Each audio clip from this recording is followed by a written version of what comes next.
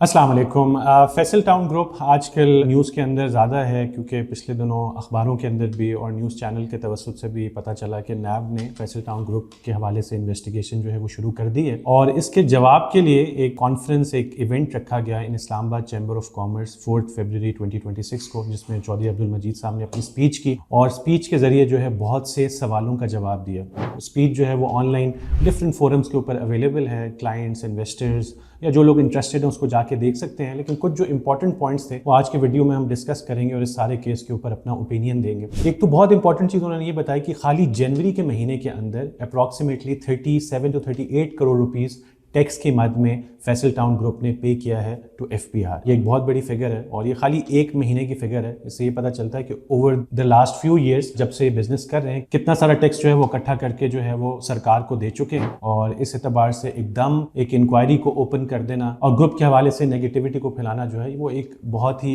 बुरा स्टेप है I feel नैब की तरफ से। इसके साथ साथ जो नैब ने इशूज रेज किए उसमें एक इशू जो है वो नाले के एतबार से कि जी नाले की एक्सटेंशन नहीं की और उसको प्रॉपरली नहीं बनाया, उस पर भी चौधरी साहब ने तफसीली जवाब दिया। लेकिन जो एक मेन पॉइंट उनका ये था कि अगर हमने कोई वायलेशन की भी है तो आप हमारे साथ आके बैठते, हमें गाइड करते और जो है वो हम उन वायलेशंस को ठीक करते। ये नहीं कि अचानक इन्वेस्टिगेशन भी ओपन की और इसके साथ साथ एक नेगेटिव कैंपेन पूरी मार्केट में जारी की जिससे जो है क्लाइंट्स और इन्वेस्टर्स और डीलर्स जो है वो परेशान हुआ। इसके साथ साथ उन्होंने ये भी बताया कि दुबई की गवर्नमेंट की तरफ से भी और अमेरिका की भी गवर्नमेंट की तरफ से उनको ऑफर्स हुई हैं कि इन मुल्कों के अंदर वो अपने प्रोजेक्ट्स करें, लेकिन उन्होंने अपना फोकस जो है वो पाकिस्तान के ऊपर रखा हुआ है और पाकिस्तान के अंदर ही वो अपने प्रोजेक्ट्स जो है वो कर रहे हैं। ओवरऑल काफी जोशीली तकरीर थी और वो कुछ डिसअपॉइंटेड भी नजर आए, जो कि बनता भी है कंसिडरिंग के जिस हिसाब से उन्होंने प्रोजेक्ट्स डिलीवर किए हैं, जिसमें फैसल हिल्स है, फैसल टाउन फेज 1 है, B17 है, E11 के सेक्टर्स हैं, फैसल मार्गला सिटी है और अब फैसल टाउन फेज 2 है जिसको वो काफी तेजी से डेवलप कर रहे हैं। तो इस तरह एक बड़े बिजनेसमैन के बारे में नेगेटिविटी फैलाना जो है वो ना सिर्फ उनकी जाती एतबार से जो है नुकसानदेह है बल्कि मार्केट को भी इसका बहुत ज्यादा नुकसान होता है, क्योंकि जो ओवरसीज के क्लाइंट्स होते हैं जो ट्रस्ट करके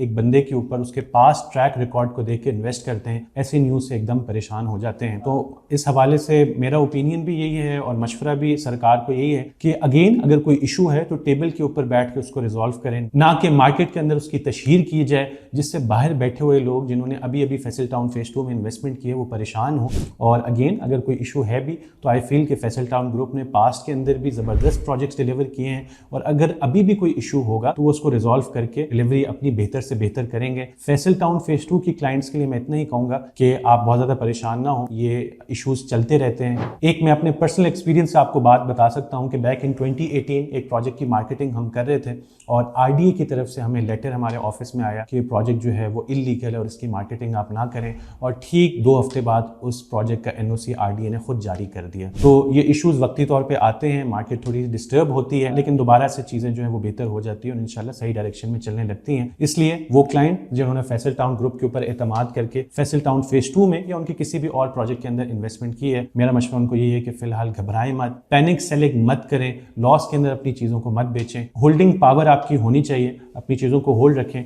इंशाल्लाह अगले 1, 2, 3 साल के अंदर यही होल्डिंग पावर आपको फ़ायदा देगी। इन केस आप इस बारे में मज़ीद को जानना चाहते हैं, हमारा नंबर स्क्रीन पर मौजूद है, आप हमसे रब्ता कर सकते हैं। Thank you for watching this video.